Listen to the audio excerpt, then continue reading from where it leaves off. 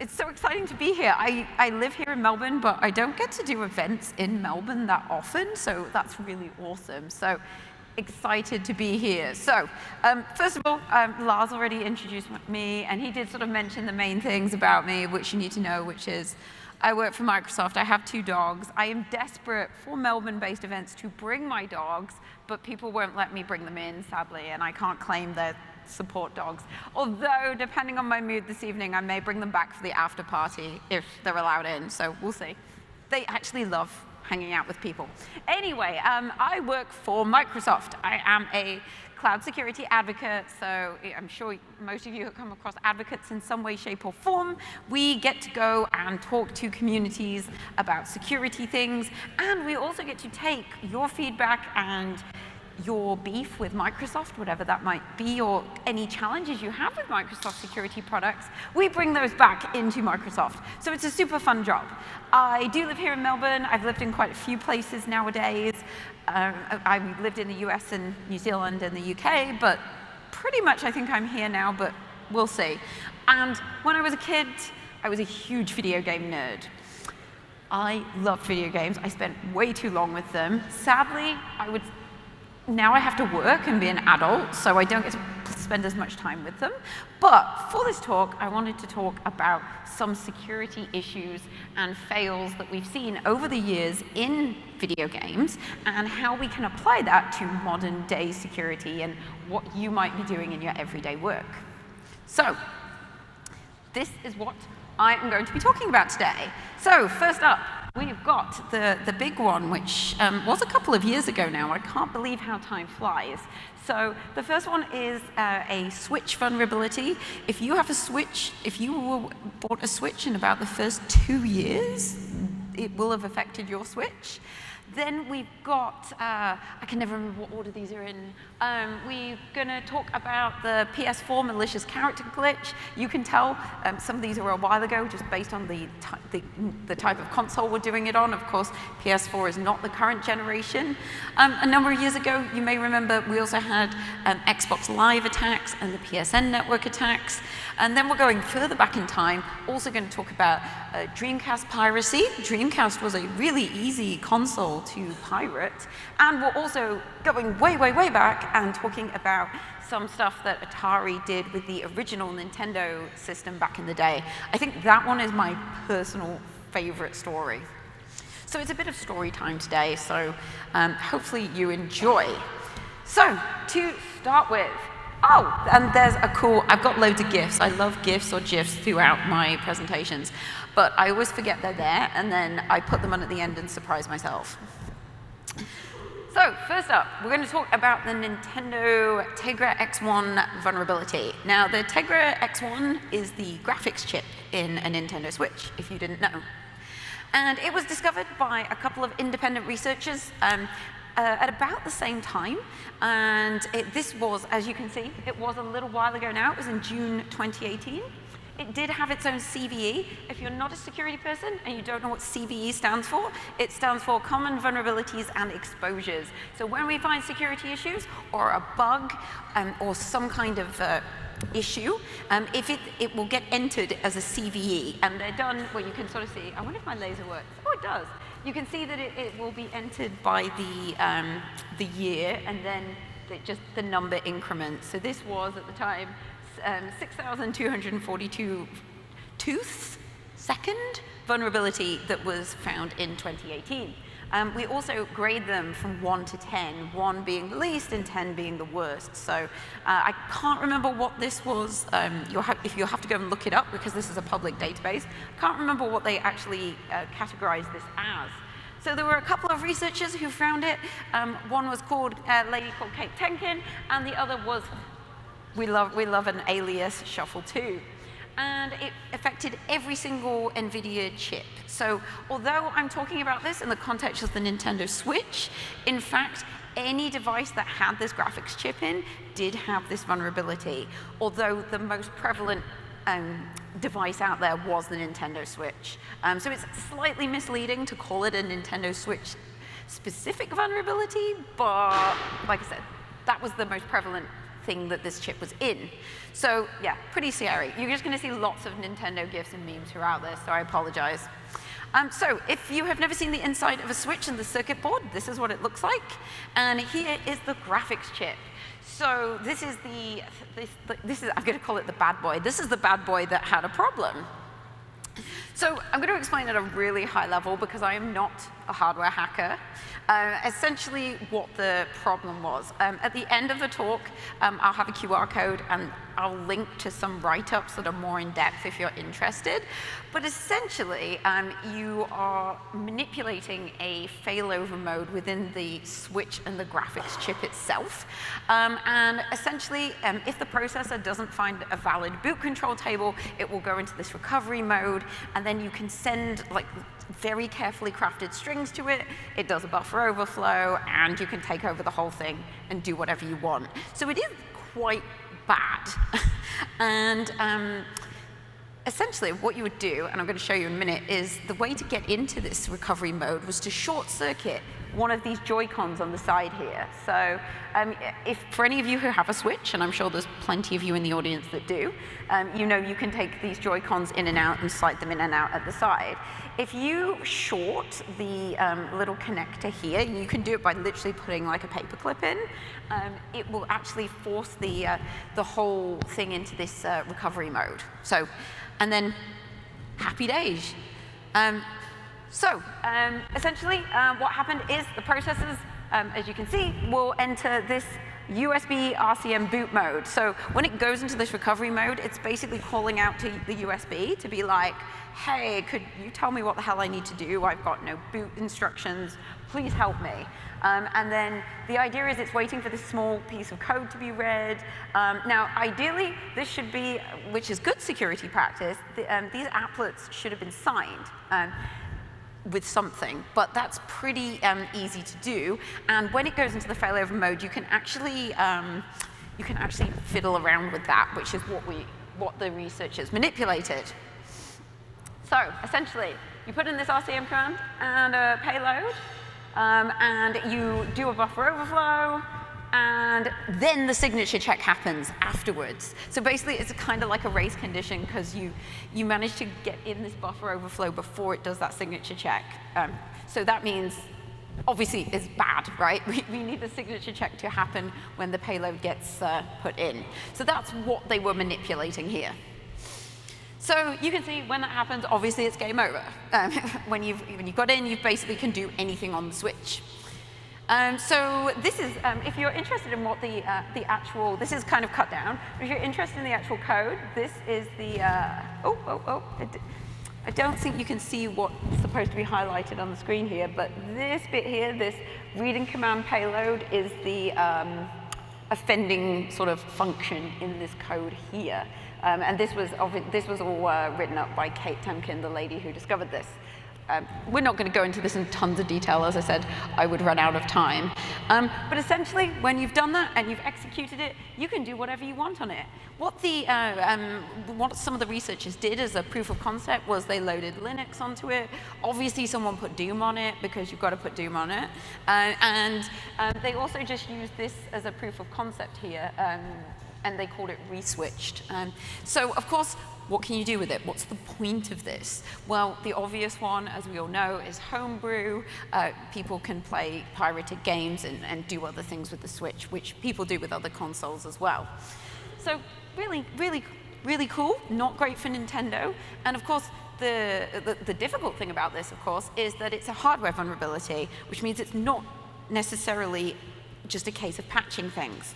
Now, if you have a Switch sometime in 2019, they did actually update the chips in Switches. So if you have a newer Switch, this won't work. But I, being a complete Nintendo girl, I did get a Switch the day it was released. And so I will show you a video of me doing this on my Switch. For those of you who do have a Switch that is older, if you want to go home and try this, obviously disclaimer, you may brick your Switch. It's not super likely. I have not bricked mine, but it is a possibility. So if you want to try it, or your Switch catches fire or whatever, do at your own risk. So this is me doing it on my Switch at home. So this is my little jig. It's basically a paperclip that's been bent, and it's been 3D printed to go into the side of the Switch where the Joy-Cons are. I've also connected the Switch to my computer with the researcher's code, the nice code, specifically done string that will go into USB. So as the Switch boots up, it's going to crash because we've shorted the Joy-Cons on the side. So you can see it's not booting properly, nothing's happening. Obviously, we would normally see a loading screen there. And now if I run the command on my machine down the USB, we have the re-switched. Yay. So look, that's just a proof of concept, but it does really work. I can attest that it does work. So if you want to go try that on an older Switch, you know, do what you want to do. So of course, but an update, of course. I did actually ask some people because I wasn't sure. A couple of like 6 months ago, I wasn't sure if this was still a thing. Turns out it's not. It has been patched, so it doesn't work on newer Switches. But it's not been. Nintendo haven't said that much about it. It's really interesting. NVIDIA have said things about it. It's registered as a security vulnerability on their website. But yeah, pretty tricky one because. But nowadays, of course, we think if things have bugs or security issues, we'll just patch them. But of course, with hardware, much, much more tricky. Okay, so that's my first one. Secondly, I want to talk about the PS4 malicious character glitch. This is a short and sweet story, but I still really like it. So essentially, this was back in 2018 again. I'm all up for 2018. PS4 users were finding that people were sending these messages with these very specific set of characters from complete randoms, and it was actually bricking their PS4s. Did anyone hear about this when it happened? Did it happen to anyone? Oh, good. Well, and it was like actually full-on crashing the PS4 and sometimes even needing a reset. So there wasn't much you could actually do about it apart from like pretty much turn off your messages. And apparently, interestingly, the most common game that this was used on was Rainbow Six Siege. Okay, there you go, there you go. So there's just a short but sweet story about PS4. But let's go back in time for probably my favorite story that I'm going to tell you today, which is Atari versus Nintendo. Now, Atari, of course, anyone not know who Atari or Nintendo are? And no one's willing to admit it anyway, because that would make me feel very old. Anyway, so Atari, and they had a subsidiary company called Tengen, or Tengen, I'm not too sure how you say it. And they were, of course, Atari were a very big video games manufacturer, even before Nintendo were in the early 80s. But then we had the video game crash. If you don't know what the video game crash is of the early 80s, go and look it up, it's fascinating. And then Nintendo came in sort of mid-late 80s and very much took over the market from Atari. Anyway, how the story starts is the Nintendo Entertainment System, or the NES, came out early 80s in Japan. It was actually called the Famicom. It then came out in the US in the mid-80s, and I think in the late 80s it got to Europe and Australia, because Europe and Australia seem to always go together on those things. Nintendo kept really, really, really strict controls on how you publish games. Now, one of the reasons the great video game crash happened in the early 80s is that anyone used to be able to publish games to consoles. Think of it now maybe as kind of like indie developers, but I still think there's more quality controls. And so anyone could publish a video game, and the market was flooded with really bad video games, and it's one of the reasons that the market kind of crashed in America. Now, Nintendo, seeing this, were like, we're not going to do that. Every single Nintendo game that is published on our console will have to go through a quality check. We're going to check it, make sure it actually works, and that you can finish the game, and that it's worth people's money. Now, for those of you who've had a Nintendo console or a Nintendo game at any point in your life, you might remember this, the Nintendo seal of quality. It's still on Nintendo stuff today. Now, that is referring to this original checking process that Nintendo did, is that every publisher or games developer had to submit the code and the game to Nintendo, and they would give it like the tick that it was of decent quality. And then Nintendo would let you buy cartridges. Now, the thing is with these cartridges is that you couldn't unlike video games consoles before that were mostly disc, you had to buy these cartridges from Nintendo, and they were really expensive. And the reason you had to buy these cartridges from Nintendo is because they had an anti-piracy chip in them. And there was also a chip in the Nintendo console itself, and so I'm getting ahead of myself, but essentially, if they didn't talk to each other, if the cartridge didn't have the chip, the console wouldn't boot. The chip was known as the 10NES. It was a custom chip. It was teeny tiny, but it would make a challenge. And if the cartridge couldn't answer the challenge, the console would just go on a reboot loop and nothing would happen. So there was no way these publishers and these games designers could get around Nintendo's quality controls. They didn't like that because these cartridges were very expensive and it ate into their profits. And of course, Nintendo checking all their stuff slowed down their time to market, blah-de-blah-de-blah. So quite a few publishers didn't love it, but because Nintendo was the predominant console at the time, kind of had to go with it. Anyway, good old Atari and Nintendo had been having a bit of a beef with each other for a while. You may or may not know, and again, a full story for another day, but you can go and look it up. Atari and Nintendo had a court case around the ownership of Tetris, which Nintendo won, which you can imagine Atari weren't very happy about. And basically, they decided, through their subsidiary Tengen, who were the ones that made Nintendo games, that they were going to find a way to publish their own games without paying Nintendo for the cartridges. But they needed to get around this piracy chip and the 10NES. So they spent a long time trying to reverse engineer this chip. And it was only a teeny tiny thing, like 4 meg, even kilobits, very, very tiny. So you'd think a fairly basic a challenge response function that you'd be able to reverse engineer. But they couldn't. No matter what they did, the engineers at Atari and Tengen could not work out how to reverse engineer this chip. So they were sort of stuck, because if you don't know how it works, you can't make your own. So what they did was, and this is an amazing example of different security controls, is they decided that they couldn't technically break the chip. So they went to the US Patent Office and told them that Atari went to them and said, we are in a dispute with Nintendo over the patent of this chip. So we need to see the patent documents, please. Now, that is a legal thing you are allowed to do if you are genuinely in a patent dispute with another party. Of course, they were not in a patent dispute, and the patent office should have checked that. But guess what happened? Yeah, they didn't check. And so the US Patent Office handed over the blueprints for the chip to Atari. And then they didn't have to worry about reverse engineering it because someone had just given them all the documents. So in terms of security, that's like a people failure, a process control. So think on that. So yeah, they handed it over. So there you go. Atari got the blueprints to that chip. So what started happening then? Big surprise. Tengen started making their own games with this reverse engineered chip.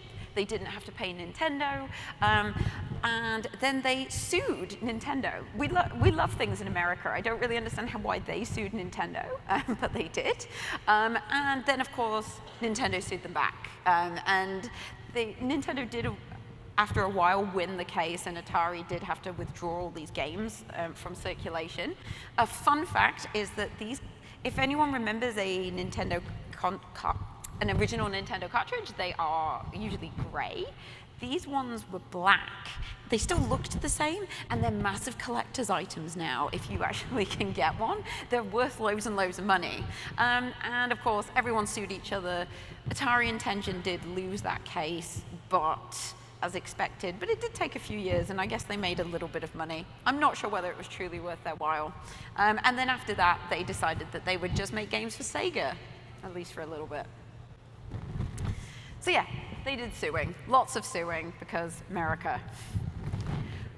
Okay, next up, moving forward a bit in time, Dreamcast pirates. Now, did anyone have a Dreamcast? I did. Now, for those of you who are not in the know or too young or whatever, the Dreamcast was Sega's last home games console. They didn't make them after that because the Dreamcast was kind of a bit of a disaster. This is one of the reasons, one of them, there are other things as well.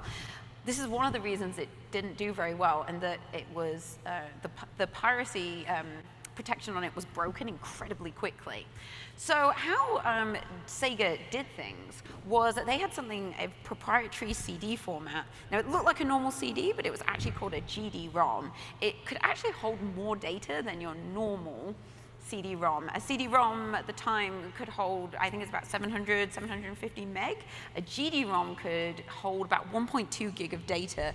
And doesn't that make you feel old now? Because that was revolutionary at the time. And of course, now I have that.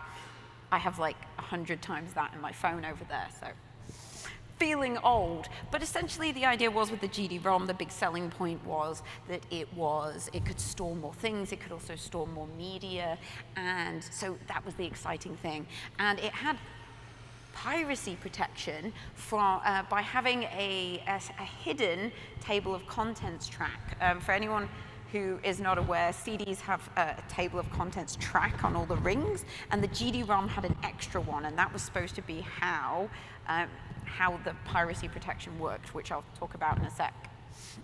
Essentially, this extra track was only readable by Dreamcast, in theory, and that's how they were going to do piracy protection. I feel like this was short-sightedness by Sega, but that's what they went for. But there were two methods that were found to be able to do piracy. Now, one was to do with Phantasy Star Online. This was actually one of the very, very first online games on a games console, and you could basically use the Dreamcast. You could actually use a fault in the code to basically stream the entire contents of a disk off onto the internet, which is incredible. The second one was to do with traditional disk flipping. Although allegedly that secret track, which told the Dreamcast it was a genuine disk and was supposed to be hidden, could actually be read by a PC. So you could essentially just copy disks. This was worked out, because this was quite flawed generally in terms of the piracy protection, it was worked out very, very quickly that it could be broken. And then, of course, people were buying a lot of pirated games, which we don't like.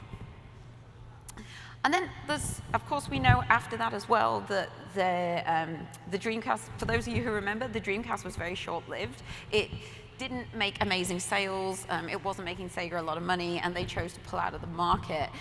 But here's a really interesting mystery that's kind of just Dreamcast related, which I like, is on the very last day that Sega was officially selling the Dreamcast, so the day they effectively exited the home console market, there was a game release called the Sega Smash Pack Volume 1, and there was a file in it here,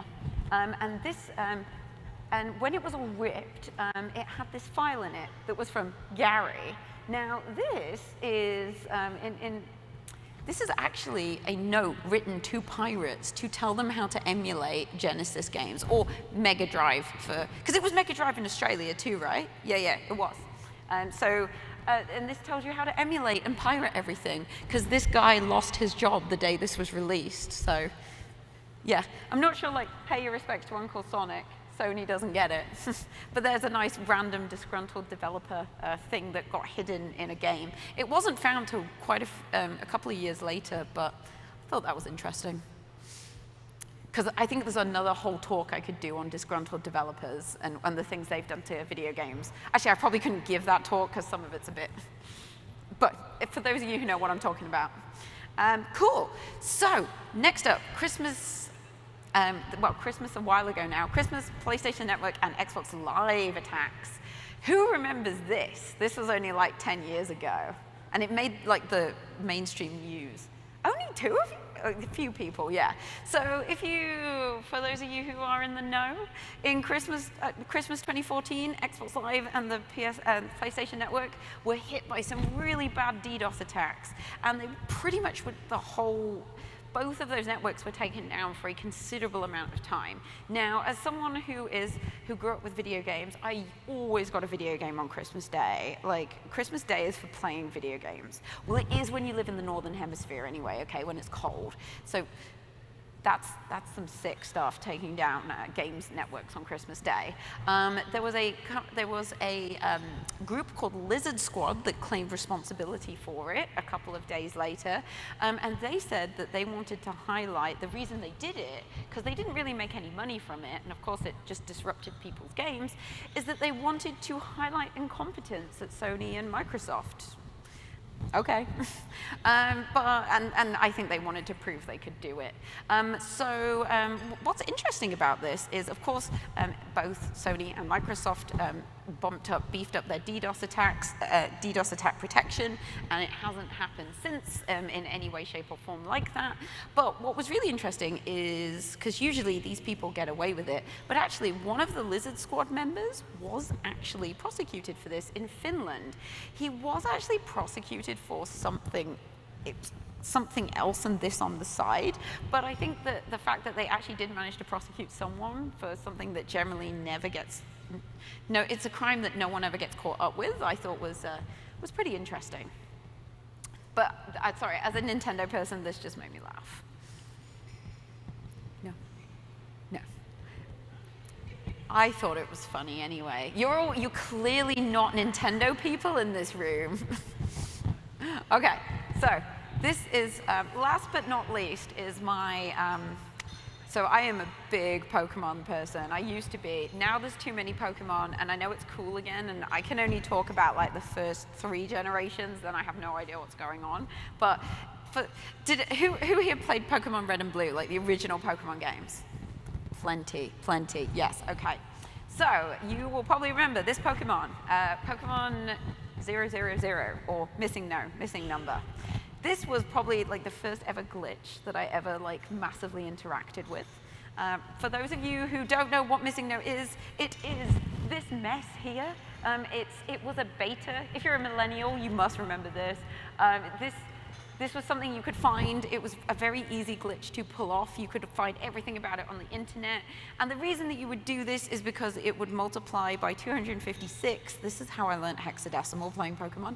It would multiply by 256, the 6th item in your rucksack, which was super useful for rare candies. And that's what we... but it could also break your save file. If you caught it as a real Pokemon, it could mess up the graphics. It killed my brother's Pokemon save file. It didn't kill mine. True story.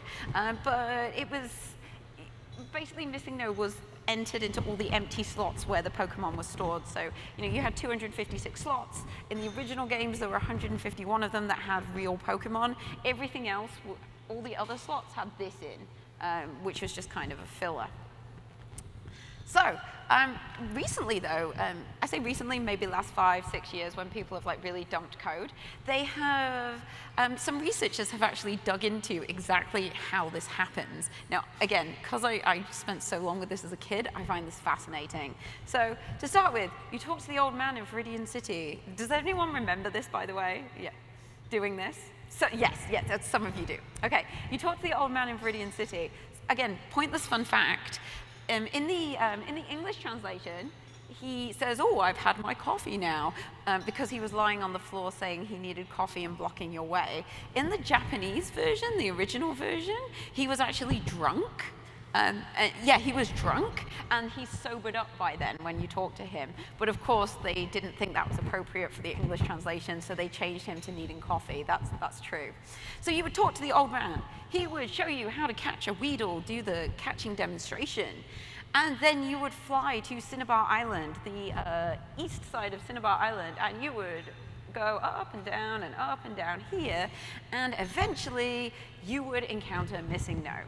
Now, why does Missing No appear, though? It's essentially because the programmers forgot to put any data in there.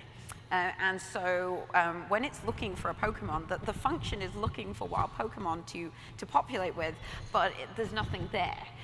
So what it does, and this is super interesting, is it basically depends. They basically forgot to put anything in it, right? And so when you play the, when you do that catching demonstration, it takes your trainer name and puts it in the bit of memory that this function starts searching through. So what Pokemon you see up and down there, you'll see missing nose because there's lots of empty slots with it, but some of you may remember you'd get other weird things as well, and it would vary depending on your friends' games. Turns out it's to do with your trainer name.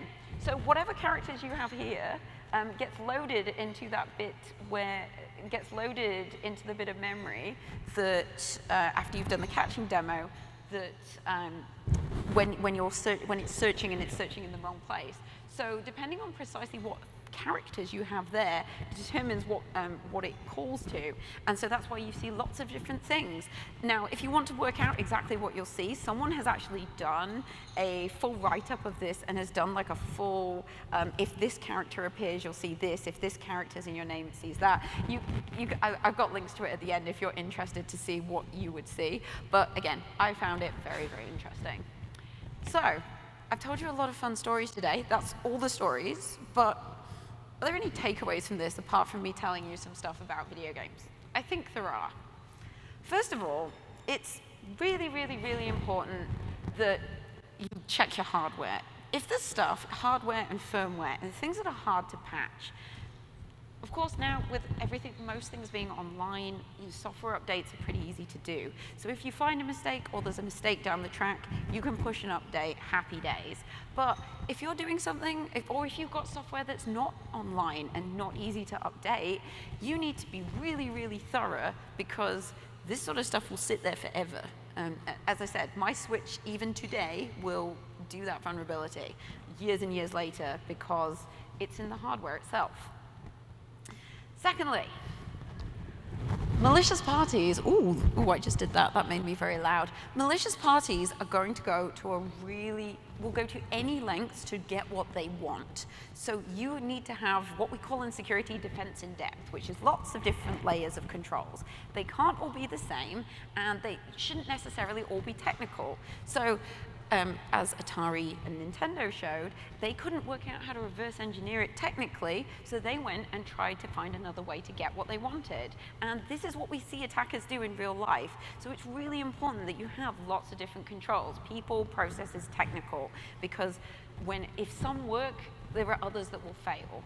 And of course, I would be wrong to not say here that people are pretty much always the weakest link.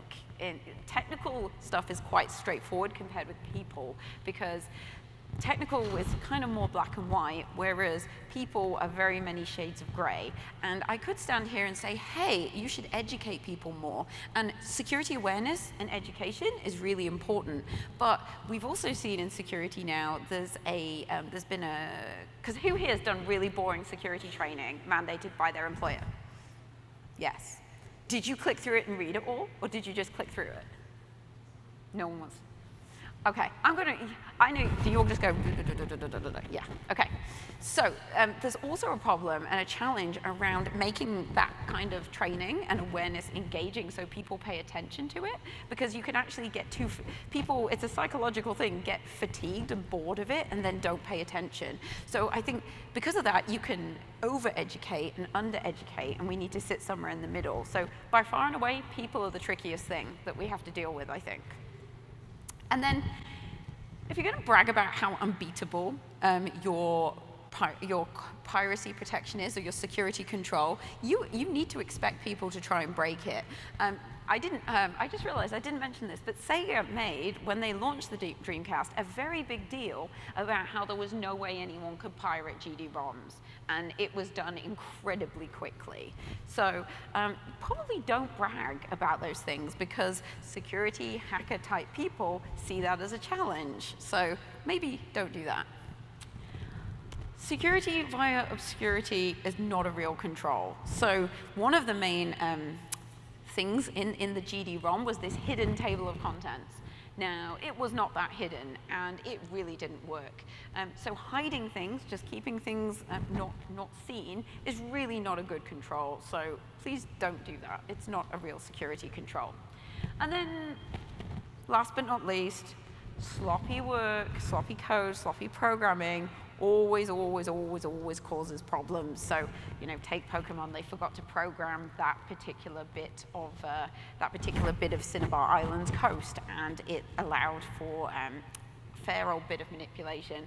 In fact, Pokemon Red and Blue is full of glitches. If you go on YouTube and Google that, you can watch so many, there's so many coding errors in it.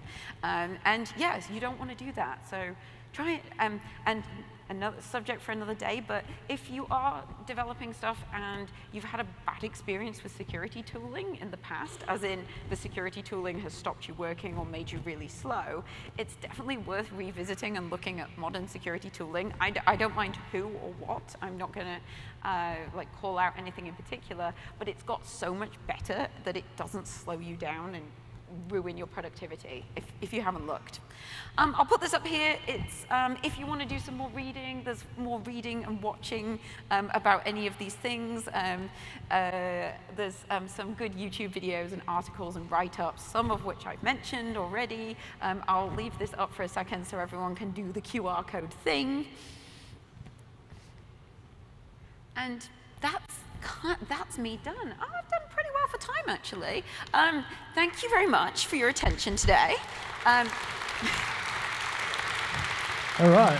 Do you want questions, Sarah? We got time for questions. We can do questions. Does anyone want to ask Sarah anything? I'll run around with the microphone. I'm not sure it's a really we got question-y. one. Sure. I was going to say, I'm not sure it's a question-y talk, but go for it. It is now. It is now. It is now. What is your starter Pokemon? Sorry, What is starter. your starter Pokemon? What generation? Gen 1. Squirtle, obviously. I don't even know what that means. That was nerdy. Anyone You're so else? old, Lars. Lars, that makes you really old. I am old. No? Anyone? No? No. All right. That was your chance. Yeah. And I've got stickers, usual stuff, always got a bit of swag. I'll get it out in a second. Oh, I think there is one more question, Lars. Oh, you're going to make me move again. Go. I'll hang around here. If anyone wants to come get some stickers, I'll get them out.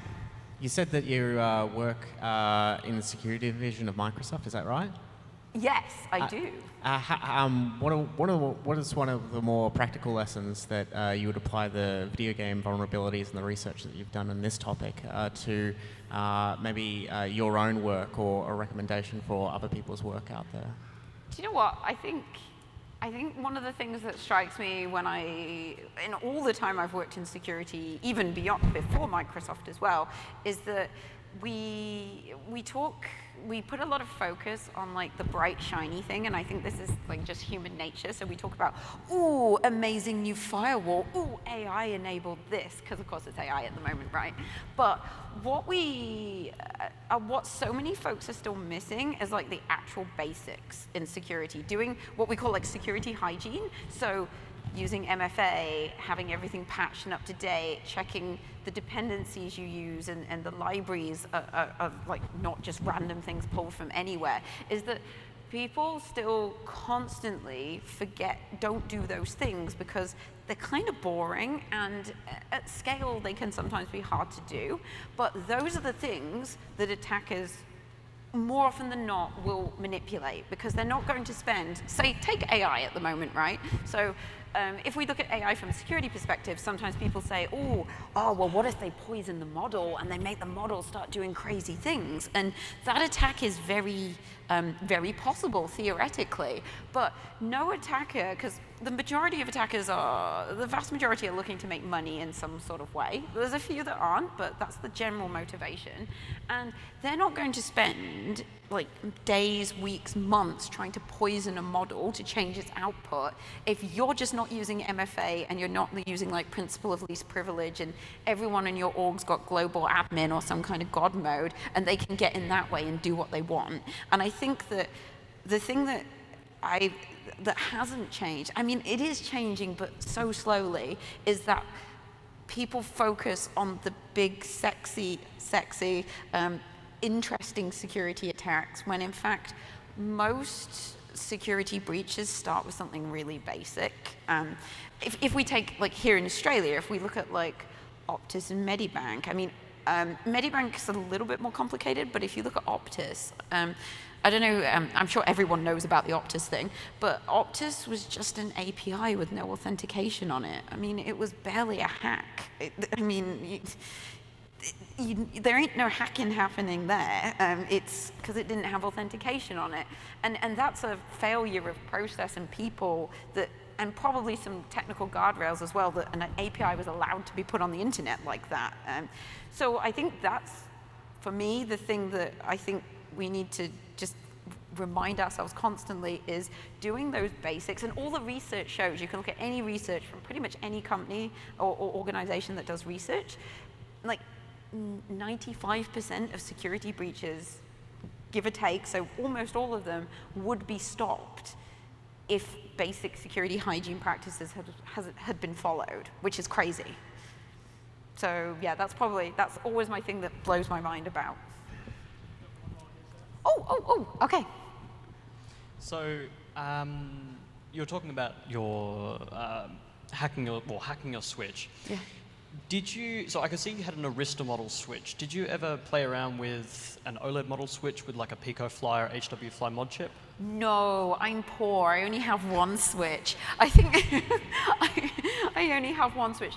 I think the OLED one doesn't have that vulnerability. I know there's been a few bits and bobs, but nothing as major as that original one. But yeah, I'm not sure. OLED switches are really expensive as well. Maybe I should like try and win this one, and then maybe I'll just fiddle with this one before we give it out at the end of the day. But Lars, I'm going to destroy your gifts. I'm watching you now. Yeah. All right, I think that's all we got time for. Okay. Thank you so much, Sarah. Thank Give Sarah a round of you. applause.